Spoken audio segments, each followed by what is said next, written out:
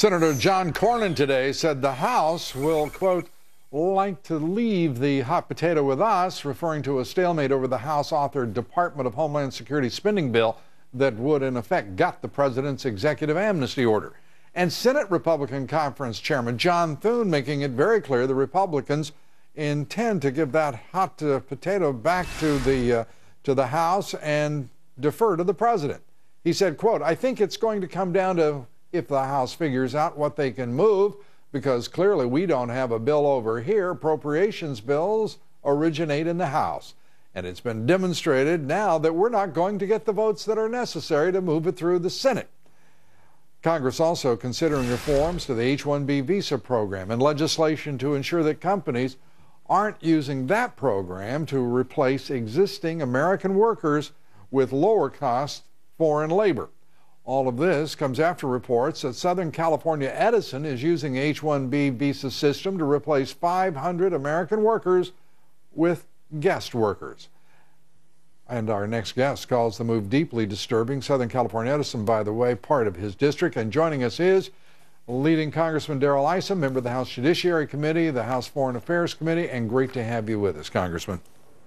Well, thanks for having me on. And I think your second issue is one that is very timely. Companies are abusing the H-1B system. They're abusing both the worker who comes in, and obviously when they undermine those costs for an incoming worker, they undermine American jobs. I believe very strongly that we should import the best and the brightest from around the world and put them to work, but not to displace American workers. And I think that's a really solid area that we have to deal with if we're going to reform the immigration system. The H-1B visa is being used by Southern California Edison. Not only are they replacing American workers, but as we have reported on this broadcast, and I've authored more than one book on the issue, outsourcing has affected millions of Americans, and now not only are they losing their jobs to foreign workers who are being paid typically about 25% less than the American workers they replace, but the American workers are having to train those foreign workers in the jobs that they are surrendering to them.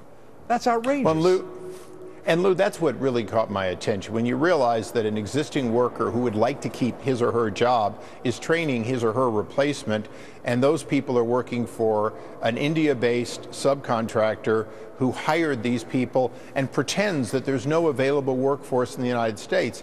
And that's what's so disturbing, is under existing law, it doesn't appear as though they broke any laws, but they certainly broke the clear intent, the spirit of the law, and quite frankly, it's got to be changed.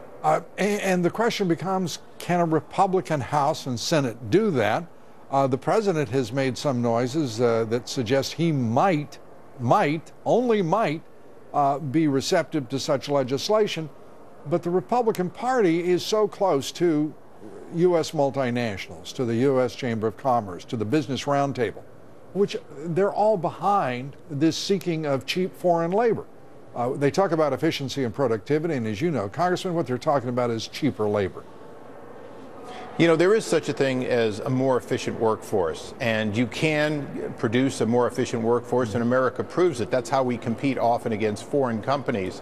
But the reality is, as you say, it is sometimes hard to buck the people who feed you.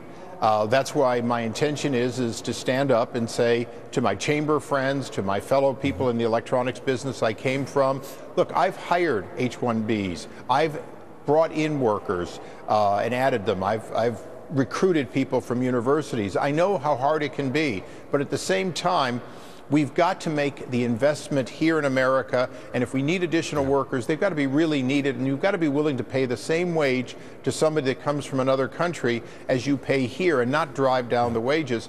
But Lou, there is an unusual coalition. If you went to Microsoft or Intel, a number of the tier 1 companies, they can't get enough H-1B people, and they're willing to pay exactly the same wages they pay their best engineers. They're on our side. You look at the unions, they're either on our side or should be on our side to make sure that we don't have wage erosion. So I see a coalition that can come together. You just got to be willing to look at some people and say, look, I'll help you get skilled labor. I won't help you save money getting skilled labor while putting American workers out of jobs. Yeah, Congressman, I want to compliment you and credit you for your courage, because it is no small thing for you to stand up as a leading Republican congressman with so much influence, a successful businessman, and say to the chamber and to the Business Roundtable, this country has got to be responsible. It isn't a question of simply the spirit of the law.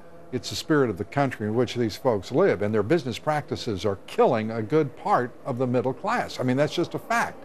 And no one wants, it seems, with rare exceptions, and thank goodness you're one of them, to say that above a whisper.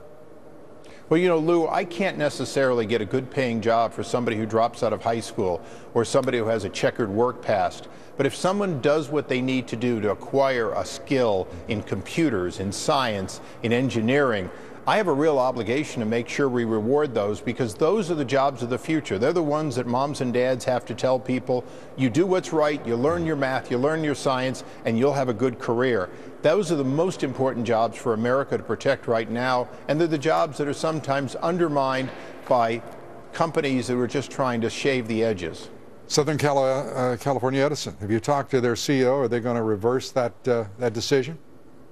Well, I didn't have a lot of luck. I did have a high-level briefing that included their general counsel. It's early days. Well, we've got a ways to go. Right. They believe they did nothing wrong because they used a third party. I believe that they need to make sure that every one of those workers that's being displaced gets first opportunity to have a job with that company, or they shouldn't outsource the job. You know, when a CEO hides behind an artifice like a third party for his conscience, you know, that's a shame. And well, shame on them. The days are early, and millions of Americans are customers of Southern California Edison, and I think they want to make sure they pay an awful lot for their electricity. They want to make sure the workforce is treated fairly. You better believe it. Congressman, thanks so much. We appreciate it. Good luck. Thank you, Lou. Thank you. Time now for a look at our online poll results. We ask whether you believe that Chancellor Merkel and President Obama now understand that Vladimir Putin has already won. 84% of you said no, they don't realize that. Be sure to vote in tonight's poll. The question is, should Congress give President Obama the authority to wage war against an enemy that he refuses to name and whose threat he claims the national media exaggerates? We'd like to hear from you. Cast your vote at LouDobbs.com.